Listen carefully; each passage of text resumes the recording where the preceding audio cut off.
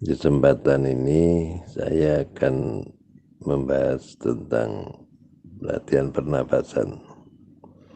Nah, latihan pernapasan itu menambah kepekaan rasa. Orang yang latihan pernapasan itu mulai dengan menenangkan diri, membuat rileks, badan itu rileks di tempat yang tenang. Kemudian mulai latihan nafas. Nah, latihan nafas itu macam-macam. Ya, biasa yang saya perhatikan orang latihan nafas itu yang paling gampang itu, yang paling mudah itu adalah dengan pernapasan segitiga. Pernapasan segitiga itu manfaatnya besar. Menurut yang saya lihat banyak membawa kesembuhan bagi orang-orang yang sakit, bahkan sakit berat.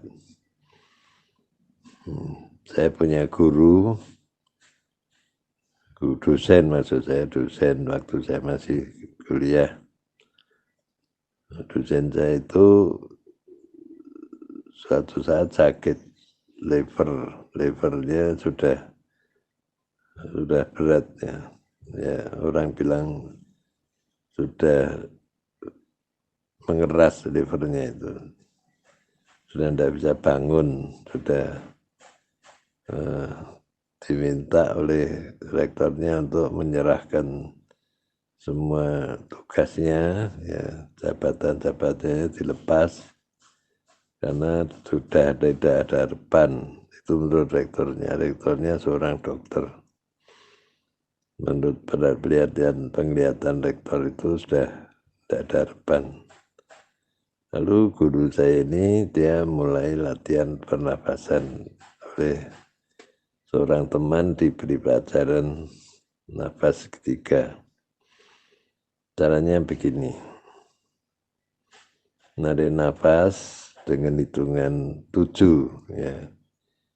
Kalau terlalu berat awalnya biasanya 5, kalau 7 sudah agak berat. Nariknya berat-berat ya, narik nafas dengan hitungan 5. Dot, narik nafas, hitung 1, 2, 3, 4, 5, terus ditahan. Tahannya juga 5, 1, 2, 3, 4, 5.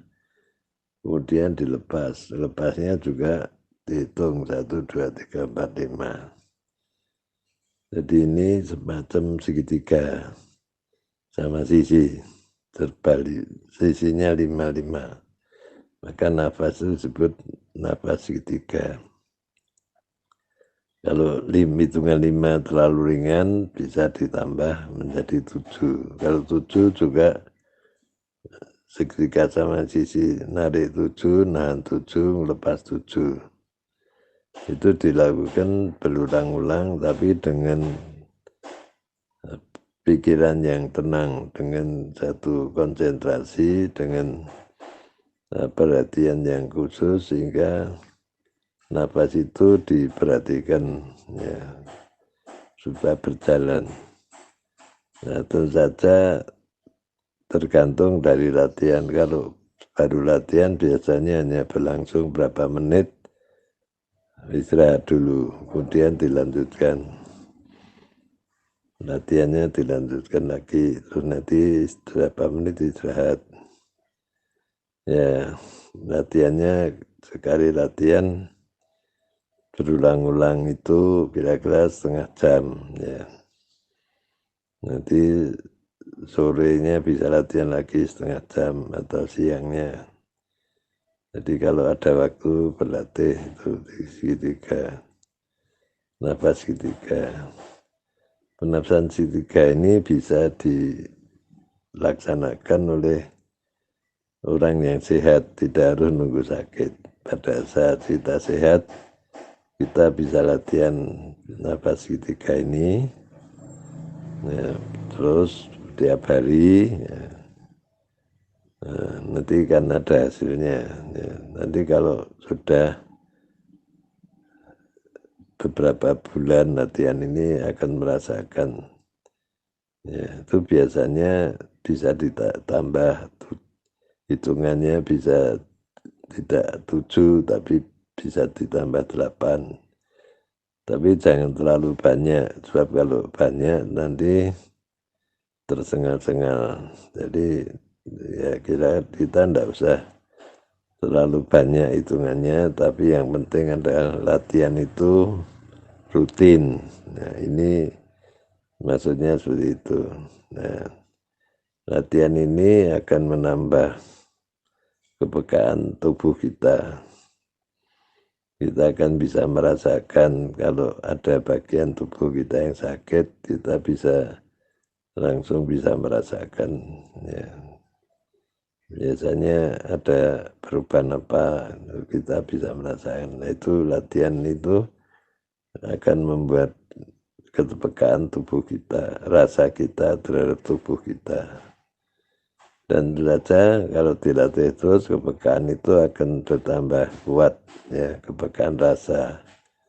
Namanya kepekaan rasa. Itu latihan pernafasan yang namanya segitiga. Itu ada baiknya kalau mau berlatih ini tidak perlu latihan pernafasan ini tidak perlu harus seperti orang meditasi, tidak perlu. Ini adalah latihan pernafasan ya, jadi meditasinya ya lewat menghitung nafas itu sudah menjadi satu istilahnya pusat penghayatan ya, pusat perhatian atau pusat penghayatan kita adalah menghitung nafas dan narik, menahan dan melepas. Ini segitiga ini kalau dilakukan terus ini sudah menjadi satu cara meditasi, tapi caranya itu adalah penghayatannya. Jadi penghayatannya adalah penghayatan yang paling gampang karena lewat nafas dan menghitung. Menghitungnya cukup di batin ya, di batin dalam hati ya, supaya tidak usah diucapkan karena mulutnya tertutup, nafasnya pakai hidung ya. Ya, nafasnya itu dirasakan, dirasakan waktu masuk, nahan, keluar itu dirasakan pada nafas ya, jadi tidak diucapkan hitungnya tapi hanya di batin ya. Itu cara latihannya ya, mudah-mudahan ada manfaatnya. Kalau mau berlatih silahkan, itu mungkin ada manfaatnya ya. Seperti yang pernah saya lihat guru saya yang sudah divonis tidak bisa sembuh itu ternyata bisa bangkit kembali dan bisa jadi mengajar kembali. Dia pensiun pada usia yang sudah ditetapkan yaitu 65. Yaitu sudah terjadi berapa puluh tahun yang lalu. Guru saya sudah lama meninggal ya, karena sudah usia tua ya. Dan itu sudah bisa menyelesaikan tugasnya sampai pensiun. Itu ceritanya demikian. Semoga bermanfaat. Santai.